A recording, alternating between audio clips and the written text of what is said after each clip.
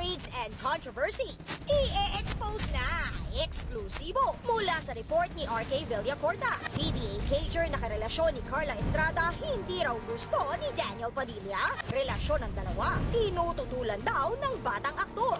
Matagal na raw nagde-date sina Carla at ang PBA cager na si Mark Hagiwa. Pero recently lang nakumpirma ang relasyon ng dalawa. Ito ay matapos silang maispata ng ating source na nagsha-shopping sa isang mall sa Ortigas. Bukod sa sunod-sunod na dinner date ng dalawa ay may pagkakataon din daw na dinadalaw ng basketballista ang aktres sa tahanan nila. Pero hindi pa dyan natatapos ang latest sa buhay ng singer-actress dahil anak niyang si Daniel Padilla hindi raw pabor sa relasyon nila ni Mark. Hindi sang-ayon si Daniel sa pakikipagrelasyon ni Carla sa basketballista, kaya kapag dumadalaw ito sa inuupahan nilang bahay sa Chera Pura, itinataon ni Mark na wala si Daniel at may showbiz commitment. Pagdidiin pa ng ating source, hindi ko sure kung lahat ng anak ni Carla ay hindi gusto si Mark, pero si Daniel very vocal sa pag-away sa boyfriend ng kanyang ina.